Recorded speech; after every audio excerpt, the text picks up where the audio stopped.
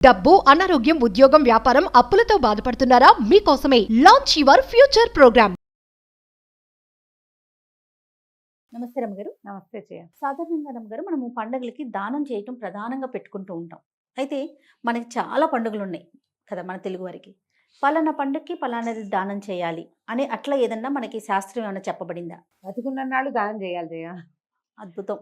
సంవత్సరం అంతా అసలు దానమే మన విధానం. అసలు లెక్క ప్రకారం అయితే నిత్యము అన్నదానం.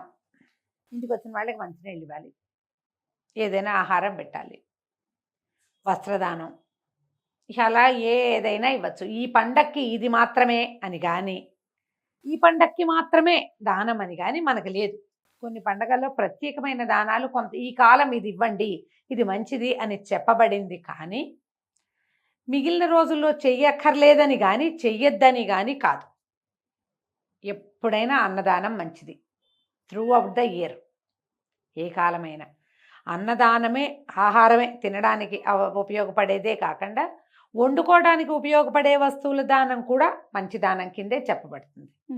ఇప్పుడు ఎండాకాలం మంచినీళ్ళు, గొడుగులు, చెప్పులు, కాలానికి అనుగుణంగా ఎండాకాలం మామిడి పళ్ళు, ఎండాకాలం విసిని కర్రలు, ఇది అది వర్షాకాలంలో గొడుగులు, శీతాకాలం వెచ్చటి బట్టలు, ఇవి దానం. అక్కడి నుంచి ఒంట్లో వేడిని కలిగించేటువంటి ఆహార పదార్థాలు, నువ్వులు లాంటివి.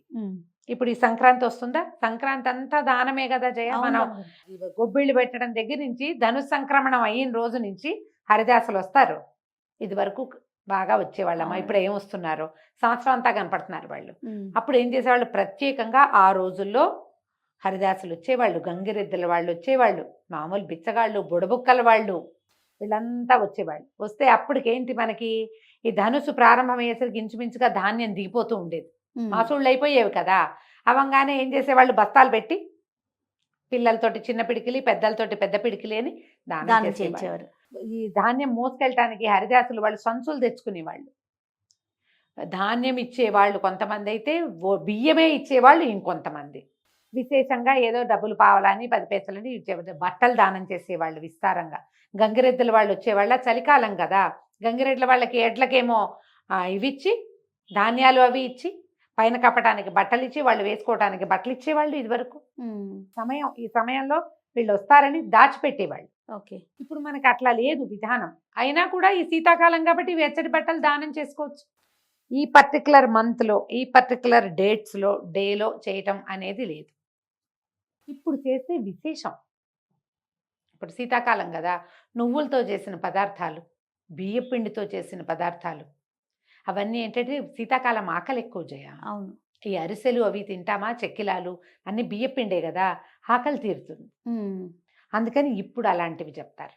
మళ్ళీ రేపు మకర సంక్రాంతి వస్తే గుమ్మడికాయలు దానం చేయాలి, నువ్వులు దానం చేయాలి, ఖర్జూరాలు దానం చేస్తారు. ఎక్కడ ఏదైనా అది అక్కడి నుంచి మనం చూడ చిన్న పూజ చేసుకున్నాం, ఏమేమి ఇస్తాం, పసుపు కుంకుమ, అవును, మళ్ళీ తాంబూలము ఒక్క, మళ్ళీ ఏవో పళ్ళు, దాంతోపాటు ఏదైనా వస్త్రమో ఇంకొకటో ఇస్తాం. ఇప్పుడు ఇది తాంబూలం అని చెప్తాం కానీ దానికి రెండో నామధేయం దానమే. అక్కడి నుంచి శనగలు ఇస్తాము, అక్కడి నుంచి శనగలు ఎక్కువగా ఇస్తాం మనం. అవి ఏ కాలాల్లో ఏమేం పండుతాయో అవన్నీ ఇస్తాం. దోసపళ్ళు, గుమ్మడి పళ్ళు ఇస్తాము. మనకు బాగా విస్తారంగా కాసినాయి, కొన్ని అమ్మేసినా కొన్ని దానం చేస్తాం. ఏ మెనువులో పెసలో ధాన్యమో పండుతాయి, కొన్ని అమ్మేసుకున్నా కొన్ని దానం చేస్తాం. అసలు దాన ప్రక్రియ మన ధర్మంలో బేసిక్ థింగ్ అదే. పెట్టిందే పుడుతుంది, ఇది చెప్తారు. అంతే కదా. అంతే. పుణ్యం కొద్దీ పురుషుడు, దానం కొద్దీ బిడ్డలు. ఎంత దానం చేస్తే అంత మంచి సంతానం కలుగుతుందని నమ్ముతాం. అవసరంలో ఉన్న వాడికి సహాయము చేయటం, వాడికి అవసరం ఉన్నా లేకపోయినా మనం కలిగి ఉన్నాం కాబట్టి ఇతరులకు ఇవ్వటం. వాడికి అవసరం కూడా ఉందనుకో, అధికస్య అధికం ఫలం. లేకపోయినా ఇప్పుడు మనకి పెసలో మినువులో పండినాయి, మన ఫ్రెండ్స్కి అందరికీ ఇస్తాము, తలాకాసుని ఇస్తాం, అంతే. దానికి దానం అని పేరు పెట్టాం, ఇచ్చామంటాం, కానీ నిజంగా జరిగేది అది. ఆ వస్తువు వాళ్ళు వండుతారు, ఆ పూట వాళ్ళ ఆత్మారాముడు శాంతిస్తాడు ఆ పదార్థంతో, అది మనకి ప్లస్. ఇది మీరు ఏది ఇవ్వకూడదు, అంతే కదా. ఏదైనా ఎనీథింగ్ దానం చెయ్యొచ్చు. ఇప్పుడు ఈ సంక్రాంతి రోజులు కాబట్టి విశేషించి ఆహార పదార్థాలు, నువ్వులతోటి చేసినటువంటి పదార్థాలు, బట్టలు, పళ్ళు ఎంత ఇస్తే అంత మంచిది. ఈ ఇవ్వటం కూడా ఏదో మనలాగానే ఉన్న వాళ్ళకి ఏమిటో ఇచ్చి గొప్ప అనుకోకండి. ఈ ఇవ్వటం ఒకటైతే, ఏమీ లేని వాళ్ళకి, అవసరంలో ఉన్న వాళ్ళకి ఇచ్చింది డబల్ అవుతుంది. ఆలోచించి దానం చేయండి. మనకి ఎన్ని పండగలు ఉన్నాయి, దైవాల పుట్టినరోజులు, శ్రీరామనవమి, కృష్ణాష్టమి, వినాయక చవితి, నృసింహ జయంతి అయిందా, ఇంకోటి ఇంకేం చేస్తాం మనము, ఇప్పుడు నాగుల చవితి, వరాహ జయంతి, వామన్ జయంతి, ఇవన్నీ చేసుకుంటున్నామా. వీటితో పాటుగా మనం ఏం చేస్తాము, ప్రత్యేకమైనవి పర్వదినాలు కదా, ఇవి పండుగలు కాదు, ఇవన్నీ పర్వదినాలు. దీంతో పాటు ఏకాదశులు, సంవత్సరానికి ఎన్ని ఉన్నాయి, 24 ఏకాదశులు ఉన్నాయి. ప్రతి ద్వాదశి నాడు అన్నం పెట్టచ్చు, ఎవరికి పెట్టినా మంచిదే.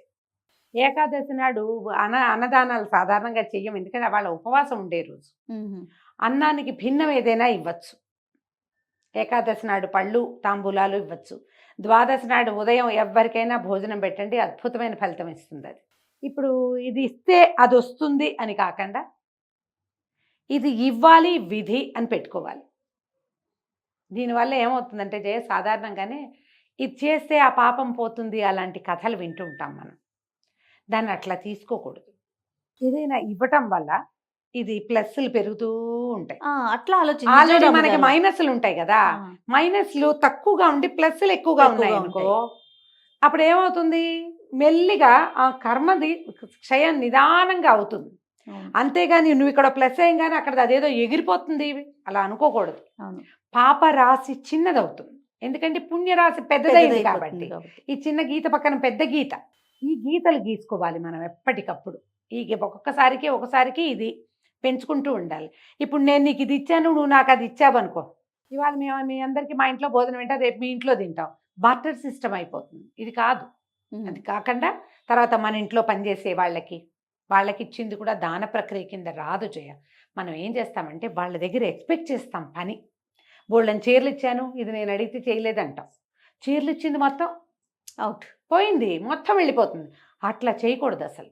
అందుకని ర్యాండమ్గా ఎవరికో, దీంట్లో ఆహార పదార్థాల్లో ఏమేమి ఇవ్వచ్చో తెలుసా, బియ్యం ఇవ్వచ్చు, కందిపప్పు, పెసరపప్పు, మినపప్పు, శనగపప్పు, టీ పొడి, కాఫీ పొడి, పంచదార, బెల్లము, చింతపండు, అలాంటివి కూడా ఇవ్వచ్చు. ర్యాండమ్ పీపుల్కి ఎవరో వాళ్ళు తీసుకోవాలంటే మనం ఇచ్చింది వాడుకోండమ్మా అని ఇచ్చేస్తే, ఆయిల్, నూనె, నెయ్యి, పెరుగు, పాలు ఏవైనా ఇవ్వచ్చు. అవతల వాడు దాన్ని భుజించి నువ్వు ఇచ్చింది వాడికి జ్ఞాపకం వస్తే చాలు, అంతే. ఇలా ఆలోచించి చేయండి. తప్పకుండా రమ్మగారు, చాలా మంచి విషయం అండి. మీరు పళ్ళు గిళ్ళు ఇస్తారా, మన ఇష్టం అన్నట్లుగా ఇవ్వాలి అనేది రావాలి మనసుకి, అంతే. ఇంకా అక్కడ ఇది ఇవ్వాలా అది ఇవ్వాలా అని కాదు, వాళ్ళు కాలానికి అనుగుణంగా ఇవ్వమంటారు. అవతల వాళ్ళు మనకి ఏదైనా చెయ్యాలని పొరపాటు కూడా అనుకోవద్దు, అంతే. ఏది ఆశించకూడదు, అంతేనా? రైట్ రమ్మగారు, నమస్తే. నమస్తే.